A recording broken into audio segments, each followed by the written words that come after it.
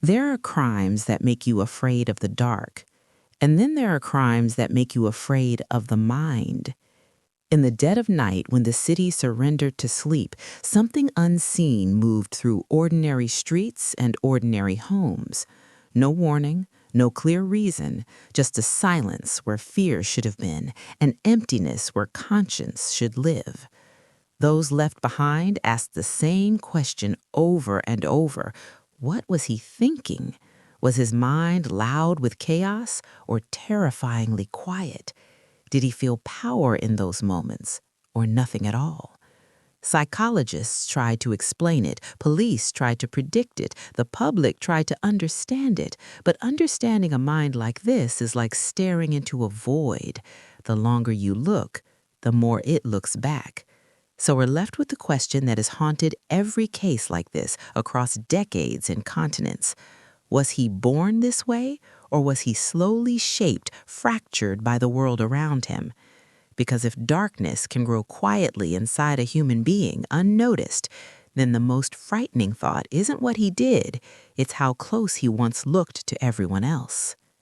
Between June 1984 and August 1985, California descended into a state of terror unlike anything it had seen since the Hillside Strangler case of the late 1970s. Someone was breaking into homes, not for money, not for a clear purpose anyone could understand. The victims were random: a 79-year-old widow, a young couple, 2 elderly sisters, a 6-year-old child, a 9-year-old girl, middle-aged men, their wives. No pattern, no type, no way to predict who would be next. The attacks happened in the darkest hours, between 1 and 4 a.m., windows left open, doors unlocked. The smallest vulnerability became a death sentence. Some were shot, some were beaten with hammers, some were strangled, some were sexually assaulted. Many endured all of it.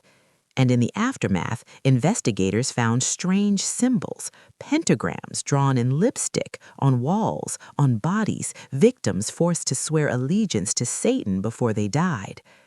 Gun sales surged. Locksmiths couldn't keep up with demand. Families slept with weapons under their pillows. People left every light in the house burning all night long.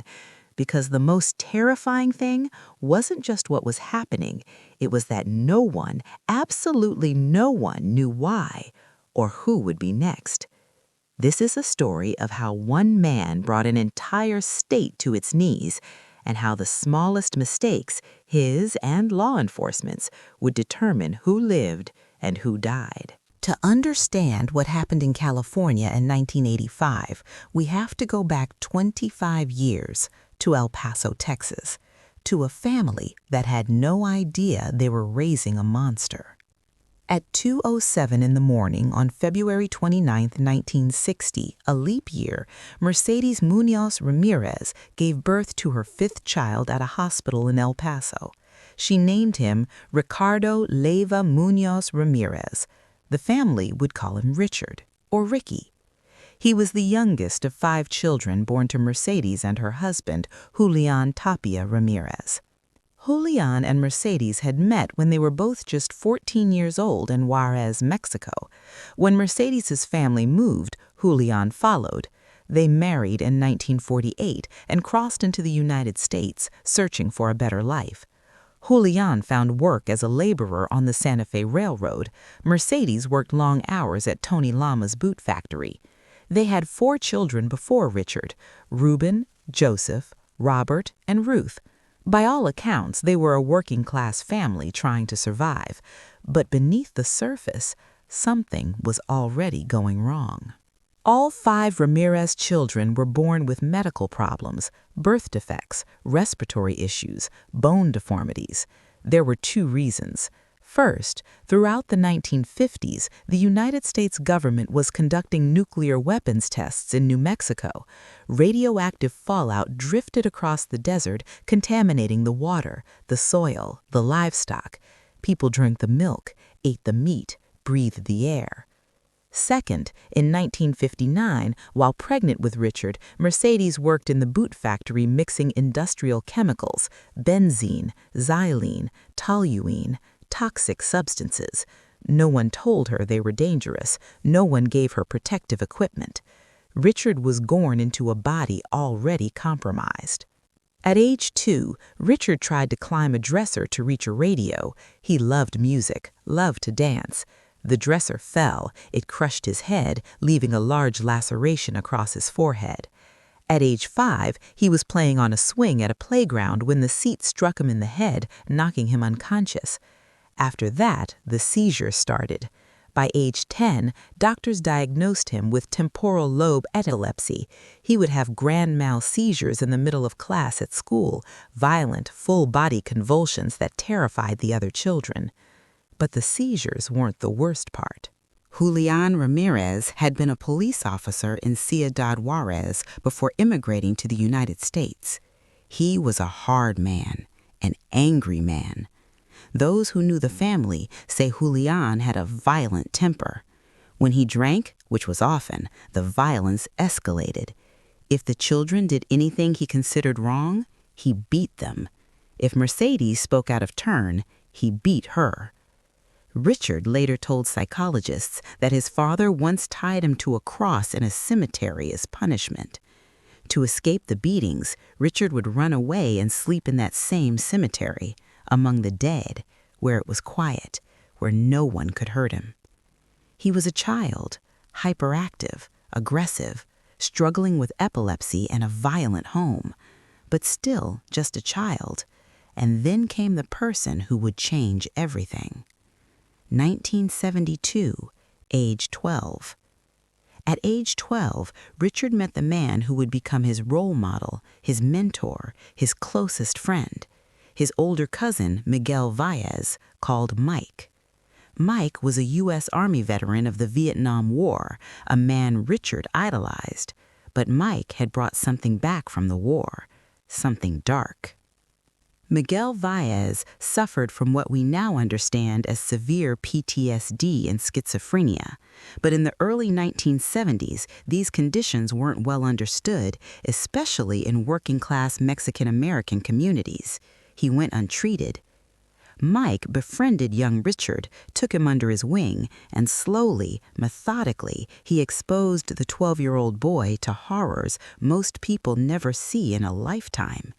Mike showed Richard Polaroid photographs, graphic, disturbing images of Vietnamese women he claimed he had raped, tortured, and murdered during the war. Women tied to trees, women decapitated, women violated and dismembered. And Mike didn't just show the photos. He told stories, detailed stories. He bragged, he laughed, he made it seem normal, even exciting. Richard later said he wasn't repulsed by these images.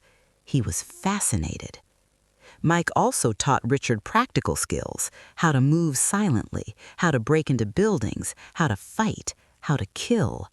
For a young boy desperate to escape a violent father, desperate for attention, desperate to feel powerful, Mike was everything. And then came May 4th, 1975. May 4th, 1975. The murder. Richard was 15 years old when he witnessed Mike shoot his wife Jessie in the face with a revolver during a domestic argument. Richard watched her die. Mike was arrested, put on trial, but he was found not guilty by reason of insanity and sent to a Texas state mental hospital. 2 years later, in 1977, Mike was released. By this point, Richard's worldview had been fundamentally warped. Violence wasn't aberrant to him. It was normal.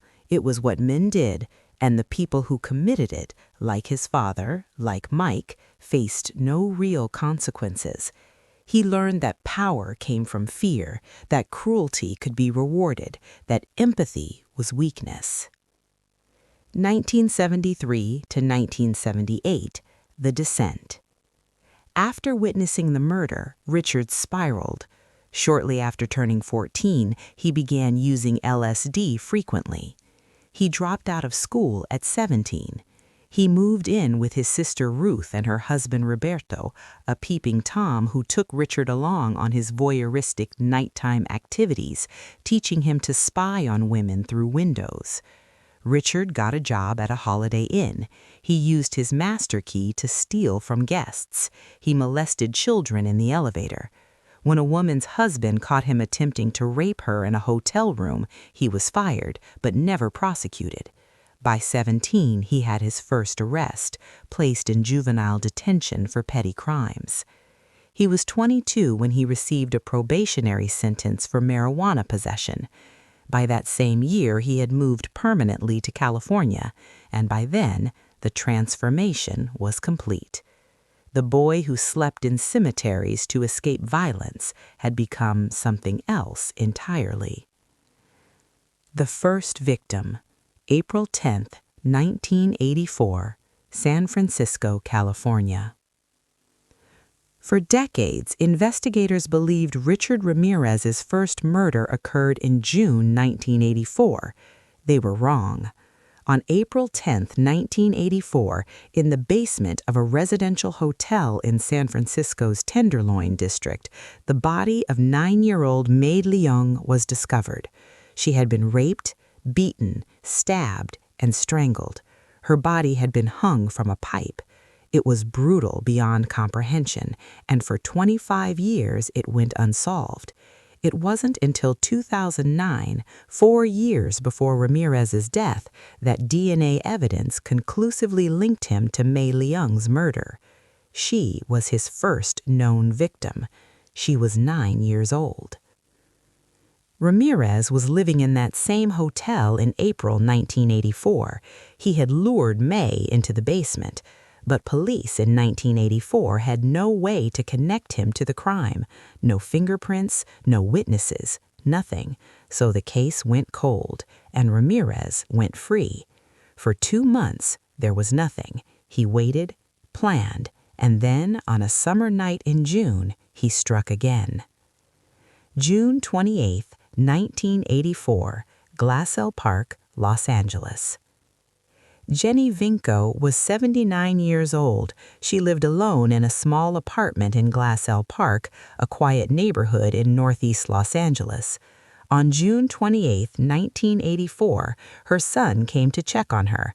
He found the front door unlocked, a window screen missing, her belongings scattered, and then he found her. She had been stabbed repeatedly in the head, neck, and chest while she slept. Her throat had been slashed so deeply she was nearly decapitated. Her body had been sexually assaulted after death. Ramirez had removed a mesh window screen to climb inside.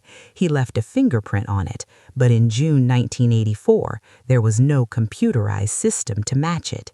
The print sat in a file, useless, and for the next 5 months, nothing happened.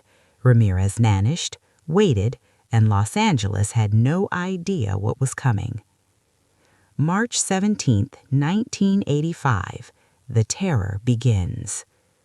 On the night of March 17, 1985, Richard Ramirez went on a rampage that would signal the true beginning of the Night Stalker's reign of terror. 3 attacks, 3 locations, 1 night. Attack number 1, Rosemead, California, 11:30 p.m.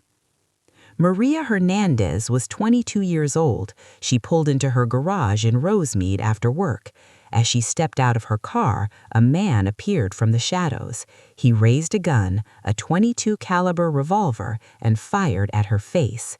The bullet struck the keys in her hand, ricocheted, and grazed her. She fell, pretending to be dead. Mike stepped over her and walked into the house. Inside, he found 34-year-old Dale Yoshi Okazaki. He shot her in the forehead. She died instantly. Then he left, got in his car, and drove. Clues left: .22 caliber shell casing, ballistic evidence from the bullet. Maria Hernandez's description: tall, thin, long dark curly hair, bad teeth, foul smell. Attack number 2, Monterey Park, California, 12:30 a.m. 1 hour later, just miles away in Monterey Park, Tsai Lian Wu, called Veronica by her friends, was sitting in her car. Ramirez pulled her out of the vehicle and shot her twice. She died on the street. He took her car keys and drove away. Victim: Tsai-Lian Veronica Yu, 30. Date: March 17, 1985. Time: approximately 12:30 a.m. Clues left: same .22 caliber bullets, ballistic match to the Hernandez Okazaki shooting. The media began connecting the cases. 2 shootings in one night, same gun, same randomness. But police still didn't know they were dealing with a serial killer. They were about to find out. March 27, 1985, Whittier, California. 10 days later, Ramirez returned to a house he had previously burglarized in Whittier. Vincent Charles Zazzara, 64, was asleep in bed when Ramirez shot him in the temple. He died instantly. The gunshot woke Vincent's wife, Maxine Lavinia Zazzara, 44 years old. What Ramirez did to Maxine Zazzara was so horrific that even seasoned homicide detectives were shaken. He shot her, stabbed her repeatedly, mutilated her body. He carved an inverted cross on her chest. He gouged out both of her eyes and placed them in a jewelry box, a trophy. This wasn't just murder. This was a statement. Victims: Vincent Charles Zazzara, 64, shot, killed. Maxine Lavinia Zazzara, 44, shot, stabbed, mutilated, eyes removed. Clues left: footprint in the flower bed outside, Avia brand sneaker, size 11.5, only 1 pair of this size shipped to a shoe store in Los Angeles. Ballistic evidence matched previous shootings. This footprint, the Avia sneaker, would become one of the most important pieces of evidence in the entire case. Detective Gil Carrillo saw it and made a connection. The same shoe print had appeared at another crime scene, and another. For the first time, investigators realized all these crimes were connected. One man was doing this. April-May 1985, the escalation. The attacks accelerated. Ramirez was no longer waiting weeks between crimes. He was hunting almost every night. May 14, 1985, Monterey Park.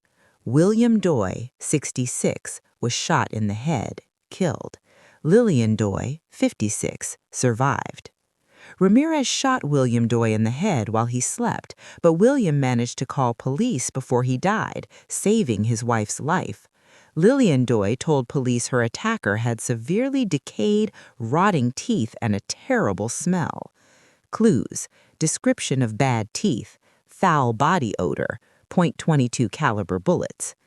May 29th through May 30th, 1985, Monrovia. Mabel or Ma Bell, 83. Florence or Nettie Lang, 81. Sisters Mabel Bell and Florence Lang lived together in Monrovia. On May 29th, Ramirez broke into their home and attacked them with a hammer, beating them so viciously he cracked the hammer's handle. He used an electrical cord to shock and torture Mabel. He raped Florence. Then, using Mabel's lipstick, he drew a pentagram on her inner thigh and another on the bedroom wall. Both women were left in comas.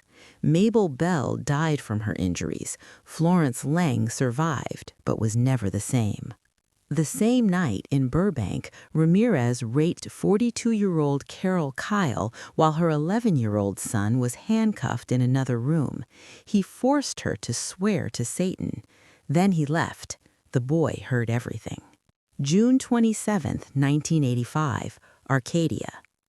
Patty Elaine Higgins, 32, was found dead in her Arcadia home on July 2nd, but investigators believe she was killed on June 27th.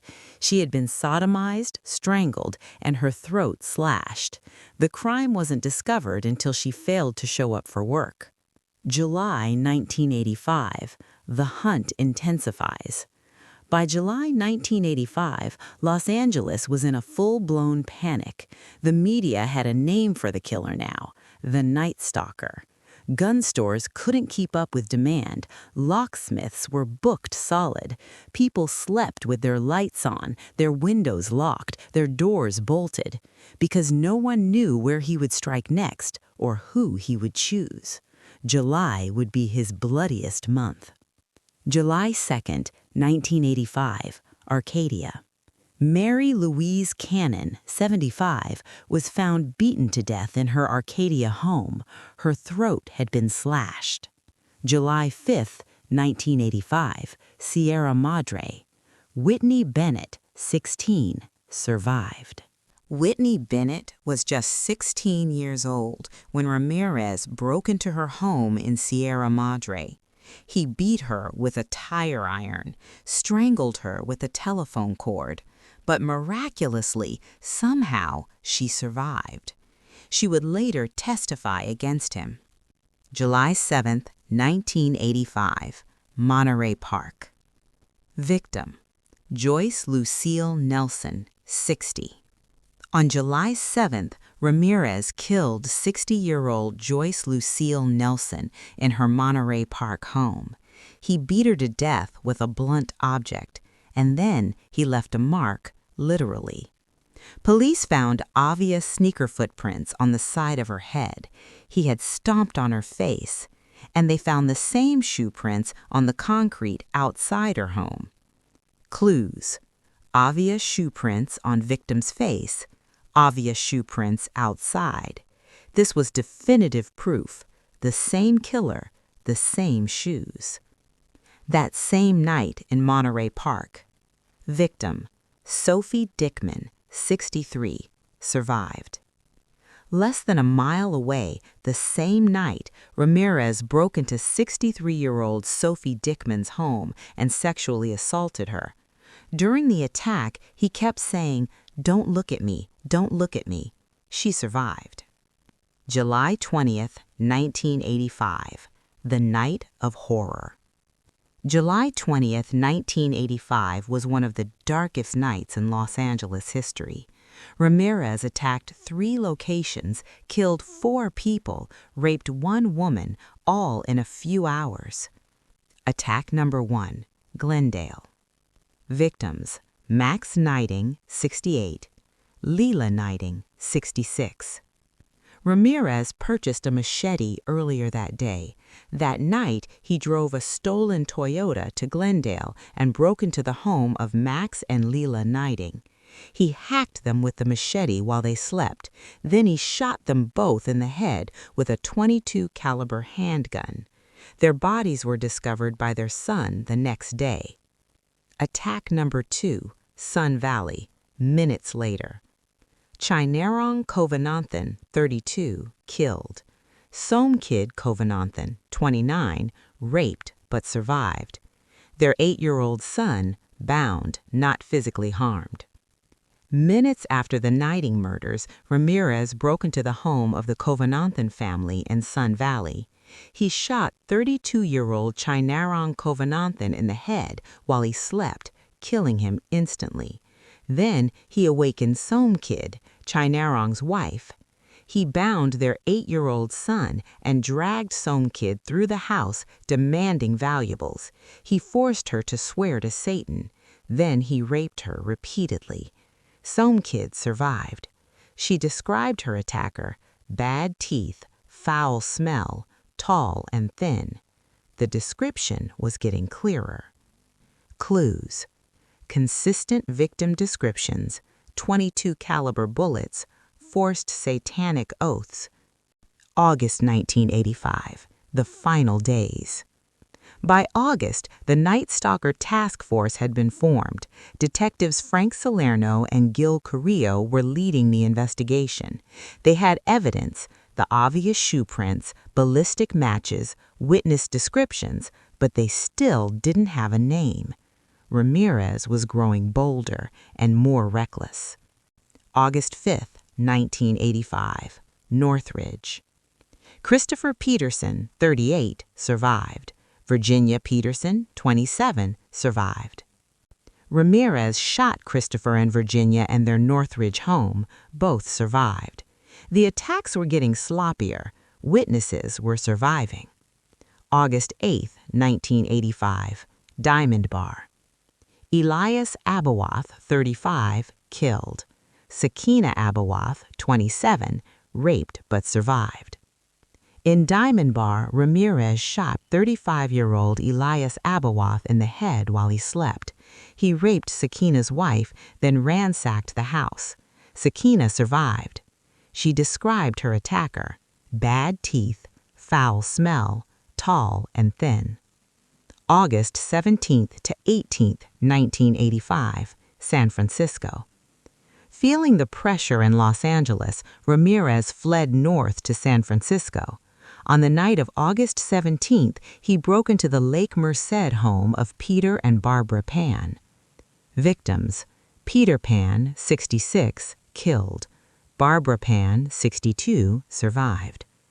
Ramirez shot Peter Pan in the temple with a .25 caliber handgun while he slept.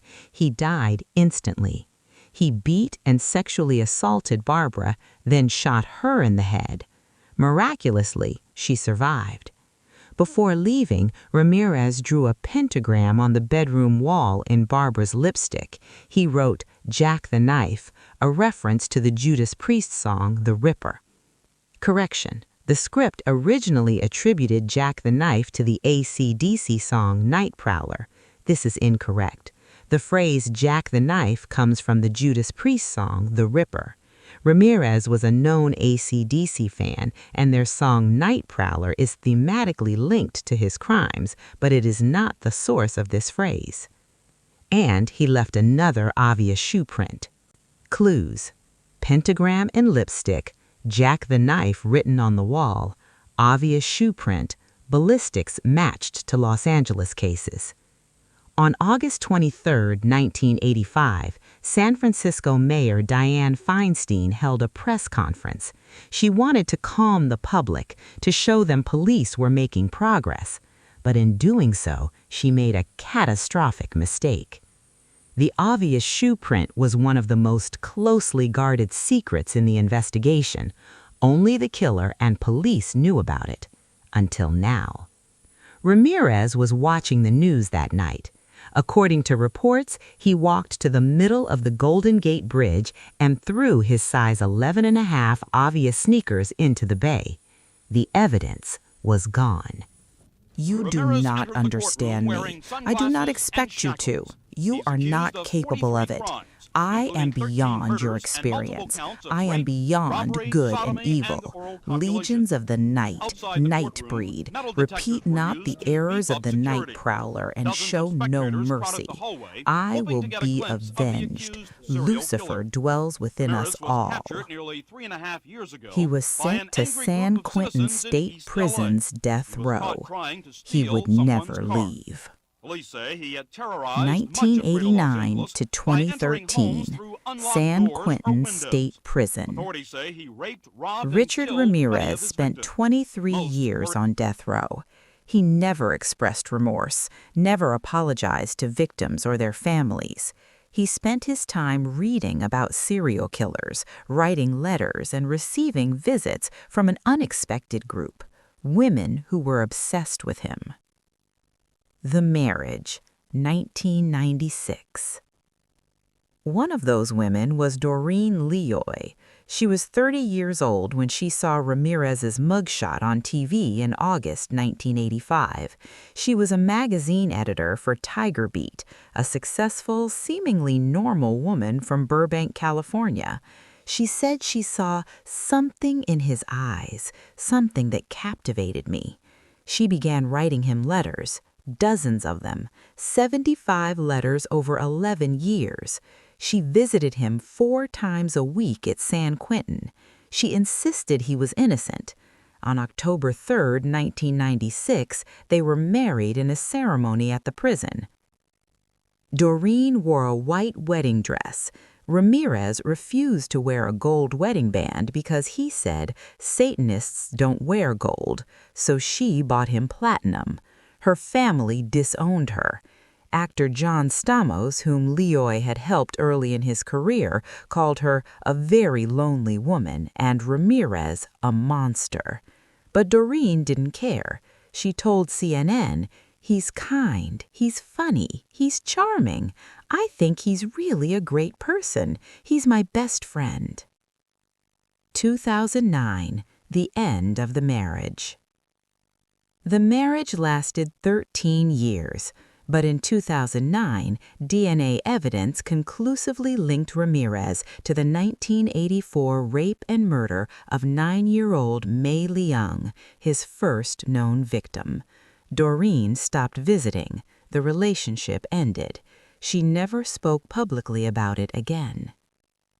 June 7, 2013, the end. Richard Ramirez never faced execution. California's death row appeals process meant he would wait decades, possibly forever, for his sentence to be carried out. But in the end, it didn't matter. In his final years on death row, Ramirez's health deteriorated. Chronic substance abuse, decades of drug use had destroyed his liver. Hepatitis C ravaged his body, and then came the cancer. B-cell lymphoma, a cancer of the blood. On June 7, 2013, at 9 a.m., Richard Ramirez died at Marin General Hospital in Green Bay, California. He was 53 years old. No one claimed his body. Not his family, not his wife. No one. Weeks later, the state of California cremated him. For the people he left behind, the survivors, the families of the dead, there was no closure. How do you make sense of senseless violence? How do you forgive someone who felt no remorse? Inez Erickson, who survived the final attack, said, "I forgave him, not for him, for me, because I had to let it go or it would have destroyed me." Bill Carnes, who took 3 bullets to the head, said, "I just wanted to know why, but there is no why. There's just evil."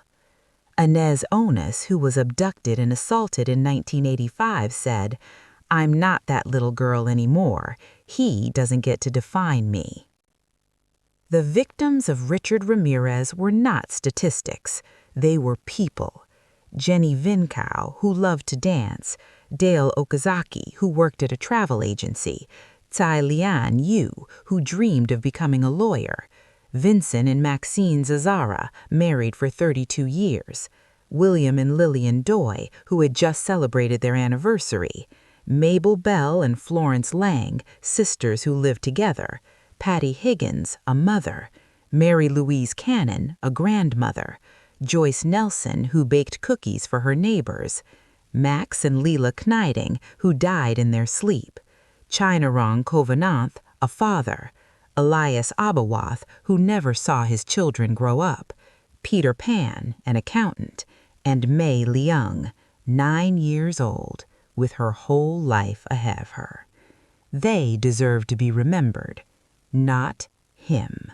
Circumstances alleged in the information under California Penal Code Section 190.2A3, 190.2A17.3, 190.2A17.4, 190.2A17.6, and 190.2A17.7 were true.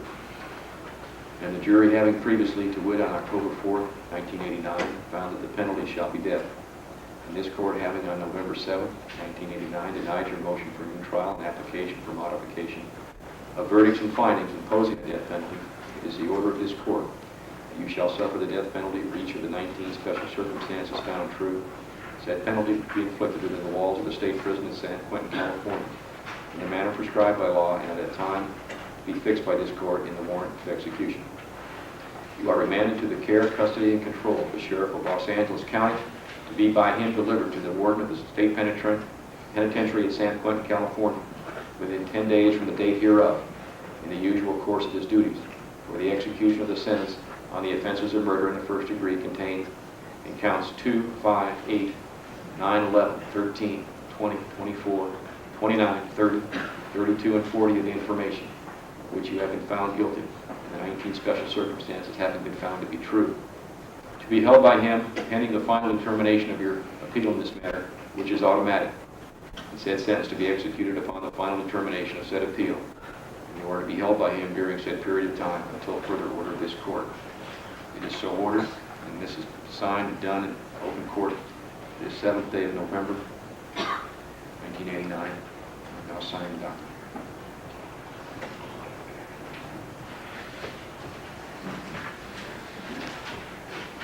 Pursuant to sections 1218 of the Penal Code, the court orders that a statement of the commitment of judgment and copy of the transcript of all the testimony given in all phases of the trial, including arguments made by the respective counsel, together with a copy of the clerk's manuscript, shall be transmitted to the governor by mail. At this time, Mr. Ramirez, you have the right to an automatic appeal. That appeal shall be to the State Supreme Court. You shall be provided counsel in that appeal, and at this time the record will reflect that the defendant shall be deemed to have filed a notice of appeal in appropriate persona. Bail on appeal is denied pursuant to sections 1272 of the Penal Code. The defendant is remanded. Please proceed. So we return to the question we started with. Was Richard Ramirez born evil, or was he made? The answer, perhaps, is both. He was born into a body damaged by toxins and radiation. He suffered head injuries that caused epilepsy, a condition linked to violent behavior in some cases. He was raised in a household where violence was normal. He was exposed to horrific images and ideas at age 12 by a trusted adult. He witnessed a murder at age 15. He was never treated, never helped, never stopped. But millions of people suffer trauma, abuse, head injuries, illness, and they don't become serial killers. At some point, perhaps when Miguel showed him those photographs, perhaps when he killed Mei Liang, perhaps earlier, perhaps later, Richard Ramirez made a choice. He chose cruelty over compassion. He chose power over empathy. He chose darkness, and he never looked back. The most terrifying thing about Richard Ramirez isn't that he was a monster, it's that he was human. He walked among us, talked like us, looked like us, and that means the darkness he carried, the capacity for unspeakable violence, exists somewhere in the human experience. Not in all of us, but in enough of us to matter.